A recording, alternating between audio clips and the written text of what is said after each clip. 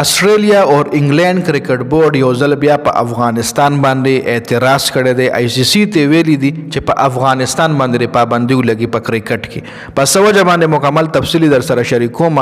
تاسو ته معلومه وي د آیرلند او د افغانستان سیریز او زما په خیال باندې آیرلند اوس دغه سیریز نه انکار کړی دی. وجه هم عمده کې دی شي. آیرلند چونکې وجه بل خولې ده چې موږ سره فنډینګ نشته د دې سیریز منیج کول، موږ سره پیسې نشته دا باندې جوړه کړي. خیر په هغې موږ خبره نه کوو.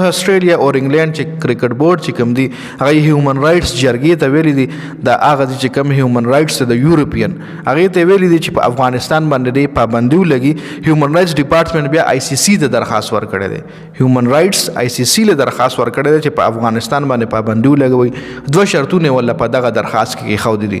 یو شرط خو دا دی چې په افغانستان باندې سټریټ فارورډ پابندي ولګي. که چېرې پابندي پې نه لګوي په افغانستان باندې نو بیا په افغانستان کې جنکو له ایکول رائټس ملو شي. د افغانستان د جنکو ټیم دې جوړ کړی شي. د افغانستان د جنکو ټیم د کرکټ ټیم دې جوړ کړی شي او الته د جنکو له ایکول رائټس ملو شي.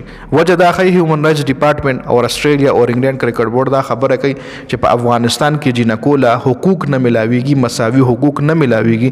نو په دې وجه باندې په هغې باندې د کرکټ بورډ د طرفې پابندي ولګي. دې حوالې سره تاسو سره لرئ خپله قیمتي رایې ما سره شریکه کړئ، خو چونکې دا امپوسیبل ده.